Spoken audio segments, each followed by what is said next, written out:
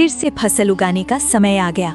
चलो उस लालची जमींदार से आज फिर से मुलाकात करती हूँ और उससे ठेके पर जमीन लेकर फिर से फसल उगाती हूँ और देखती हूँ कि इस बार वो जमींदार शर्त में अपना कौन सा खुराफाती दिमाग लगाता है। ये सोचकर रानी ठेके पर जमीन के लिए उस जमींदार के पास फिर से जाती है। अच्छा, तो तुम मुझसे मिलने के लिए फिर से आ गई। देखो लड़की, तुम मुझसे ज्यादा होशियार बनने की कोशिश मत करना। मैं भी जमींदार ठाकुर सिंह हूँ, मुझे होशियारी नहीं आती है। मालिक, मैं तो एक गरीब किसान की बेटी हूँ।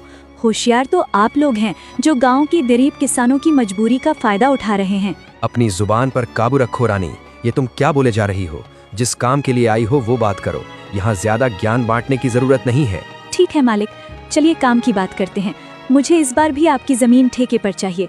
बताइए मालिक, इस बार आपकी क्या शर्त है? हाँ, शर्त तो है। तू खुद को बड़ा होशियार समझती है ना लड़की। इस बार फसल का ऊपर का और नीचे का हिस्सा मेरा होगा और बीच का हिस्सा तेरा होगा। अब बोल, क्या तुम्हें मेरी ये शर्त मंजूर है? बिल्कुल मंजूर है मालिक, जैसा आप कहें। अच्छा ठीक है मालिक, तो अब मैं चलती हूँ, मुझे फसल उगाने की तैयारी भी करनी है। लालची जमींदार की बात मानकर रानी अपने घर चली जाती है और वो फिर से फसल उगाने की तैयारी में लग जाती है और इस बार वो गन्ने की फसल लगाती है। रानी बेटा, इस बार तुमने खेत में कौन सी फसल लगाई है? पिताजी, इस बार मैंने गन्ने की फसल लगाई है। फसल काफी अच्छी हुई है। इस बार भी आमदनी अच्छी होगी पिताजी। ये तो बहुत अच्छी बात है बेटा, तुम बस ऐसे ही मेहनत करती रहो। कुछ महीनों बाद लालची जमींदार और उसका नौकर दोनों रानी के पास आते हैं।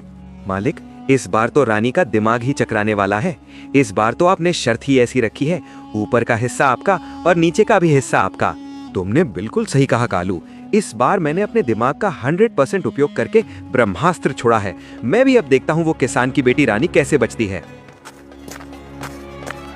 इस तरह दोनों बातें करते हुए खेत के पास पहुंच जाते हैं और जैसे ही वो खेत के पास पहुंचते हैं तो देखते हैं कि इस बार रानी ने गन्ने की खेती की है। मालिक, ये रानी तो आपकी भी अम्मा निकली। देखिए जरा, इस बार उसने कौन सी फसल लगाई है। अरे ये क्या, इस रानी में तो इस बार गन्ने की फसल लगाई। अब बताओ भला, ऊपर का और नीचे का हिस्सा मेरा होगा और बीच का हिस्सा उसका होगा। मतलब इस बार भी मेरे हिस्से में घास फूसी आनी है। मैं इस बार भी बेवकूफ बन गया, मान गया इस किसान की बेटी के दिमाग को। अरे मालिक, आइए आइए, कैसे हैं आप दोनों? आपस में क्या खुसुर फुसुर कर रहे हैं? अरे वाह, एक तो चोरी ऊपर से सीना जोरी। तुमने मुझे इस बार भी बेवकूफ बना दिया ना। नहीं मालिक, जरा मुझे भी तो बताएं कि मैंने आपको क्या बेवकूफ बनाया है। मालिक, आप तो गांव वालों को बेवकूफ बनाते हो। देखिए मालिक, इस बार मैंने गन्ने की फसल लगाई है और आपकी शर्त के मुताबिक इस फसल का ऊपर का और नीचे का हिस्सा आपका होगा और बीच का हिस्सा मेरा होगा। अरे ओ किसान की बच्ची, मालिक को ज्यादा होशियारी दिखाने की कोशिश मत करो। बेईमानी और मक्कारी में ये सबके बाप हैं बाप। ये खेत भी हमारा है और इसमें लगी फसल भी हमारी है। अरे ओ कालू, बस कर, ज्यादा चिल्लाने की जरूरत नहीं। शायद ये हमारी ही करनी का फल है। हमने गांव के भोले भाले किसानों को बहुत ठगा है और आज पहली बार किसी ने हमें ठगा है। इस लड़की ने हमारी आंखें खोल दी हैं। अब मैं समझ चुका हूँ कि बेईमानी का फल हमेशा बेईमानी ही मिलता है। इसलिए आज के बाद मैं किसी भी किसान को परेशान नहीं करूंगा और सभी किसानों को उनकी मेहनत का बराबर का हक दूंगा।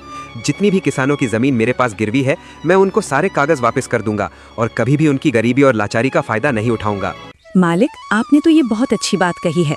एक किसान दिन रात मेहनत करता है अपने परिवार के लिए, मगर ना ही कभी वो अच्छे कपड़े पहनता है और ना ही कभी वो अच्छा खाना खा पाता है।